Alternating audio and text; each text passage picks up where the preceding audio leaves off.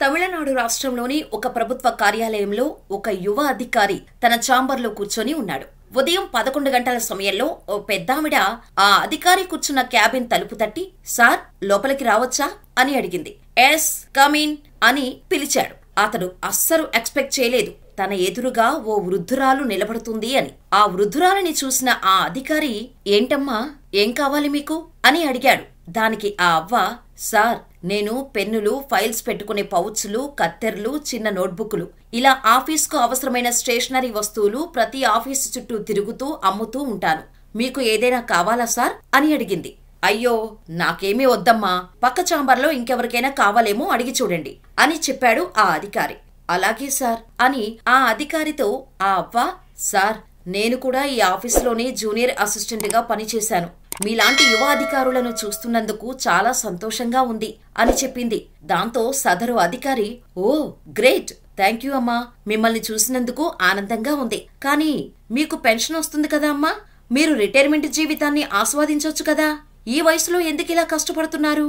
అని ప్రశ్నించాడు. దానికి ఆ అవ్వ, "నా భర్త 6 సంవత్సరాల క్రితమే చనిపోయాడండి. నా పిల్లలు నన్ను చూసుకుంటారు, కానీ నేను నా కష్టార్జితంతో జీవించాలనుకుంటున్నాను, అందుకే" అని ఆ అవ్వ సమాధానం చెప్పింది. దానికి ఆ అధికారి, "సారీ అమ్మా, టైంకి తిని జాగ్రత్తగా ఉండండి, ఆరోగ్యం కూడా చూసుకోండి" అని సలహా ఇచ్చి ఆమె దగ్గర ఫైల్స్ పెట్టుకునే పౌచ్ ఒకటి కొన్నాడు. దీంతో ఆ యువాధికారికి ధన్యవాదాలు చెప్పి ఆ అవ్వ ఛాంబర్ నుంచి బయటకు వెళ్లిపోయింది. అయితే ఆ అవ్వ అలా బయటకు వెళ్ళిందో లేదో, వెంటనే ఆ ఆఫీసు సూపరింటెండెంట్ ఆ యువ అధికారి ఛాంబర్ కు వచ్చి, "ఆమె ఎవరో తెలుసా? తమిళనాడు సివిల్ సప్లైస్ కార్పొరేషన్ లో మాజీ ఉద్యోగి" అని చెప్పాడు. దానికి ఆ అధికారి, "హా, ఆమె నాకు చెప్పింది" అని సూపరింటెండెంట్ కు సమాధానమిచ్చాడు. ఆమె కేవలం సివిల్ సప్లైస్ కార్పొరేషన్ లో మాజీ ఉద్యోగి మాత్రమే కాదు, ఆమె పేరు చెల్లాతే. హిస్టరీ సబ్జెక్ట్ లో మాస్టర్ డిగ్రీ పూర్తి చేసి తమిళనాడు గవర్నర్ బన్వారీలాల్ పురోహిత్ చేతుల మీదుగా అవార్డు కూడా తీసుకుంది. అంతేకాదు, ఇప్పుడు మళ్లీ లా కోర్స్ చదువుతోంది అని చెప్పాడు.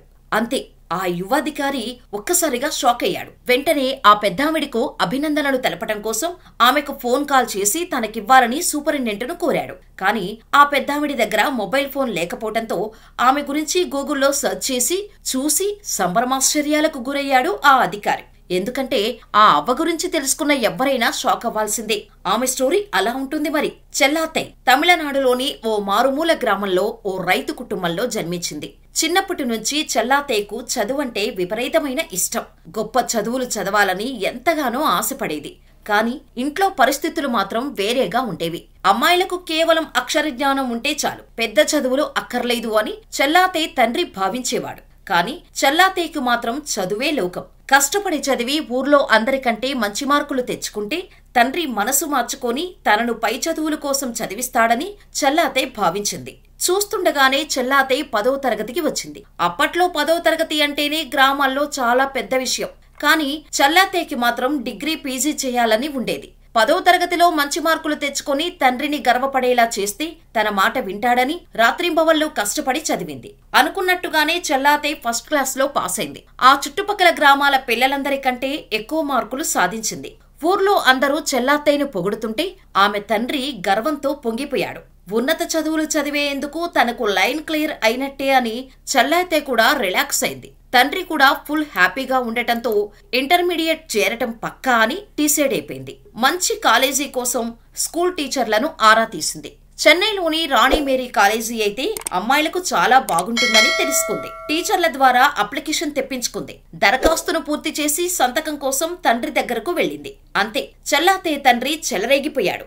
ఎవరిని అడిగి అప్లికేషన్ వేస్తున్నావని కేకలు వేశాడు. ఆడపిల్లని 10వ తరగతి వరకు చదివించడమే ఎక్కువ అనుకుంటే ఇంకా పై చదువులు కావాలా అని రెచ్చిపోయాడు. చెల్లాతై తెచ్చిన దరఖాస్తును చించి కాల్చేశాడు. దీంతో చెల్లాతై ఆశలన్నీ ఆవిరైపోయాయి. ఇంతలోనే పెళ్లి అంటూ చెల్లాతై తండ్రి మరో బాంబు పేల్చాడు. పట్టుమని 16 ఏళ్లు నిండకుండానే చెల్లాతైకి పెళ్లి చేసి అత్తారింటికి పంపించి వేశాడు. చూస్తుండగానే 2 కూతుర్లు జన్మించారు. అయినా సరే చెల్లాతైకి చదువుపై ఆశ చావలేదు.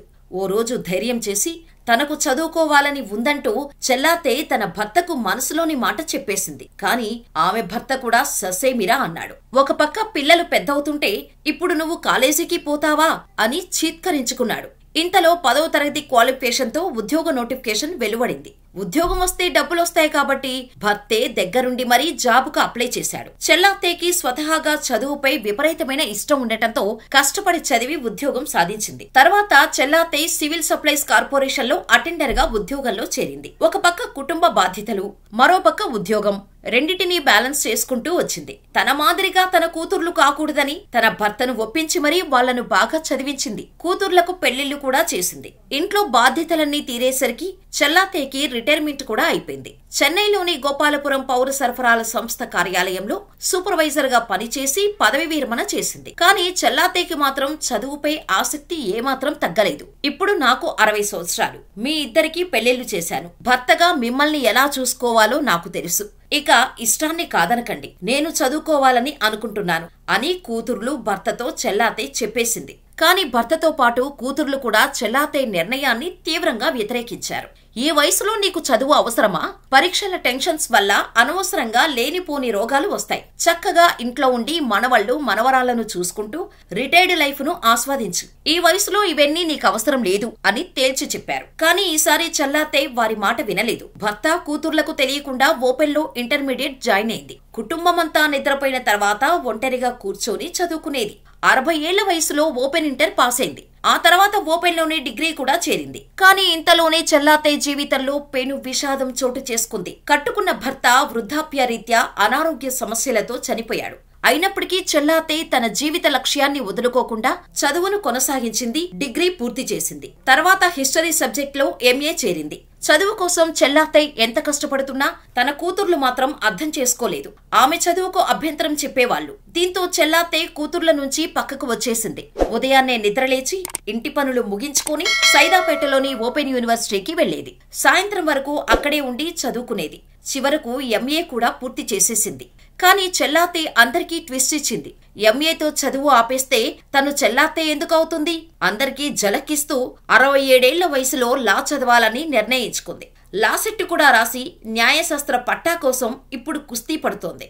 చదువుకు వయసు అడ్డంకి కాకూడదు. ముఖ్యంగా ఆడపిల్లలు తప్పకుండా చదువుకోవాలి. చరిత్ర సబ్జెక్ట్ లో ఎంఏ చదివిన నేను ఇప్పుడు లా చేయాలని నిర్ణయించుకున్నాను. నా చదువును కొనసాగిస్తూనే నా కూతుర్ల ప్రేమను గెలుచుకొని వారితో కలిసి జీవించాలని ఉంది.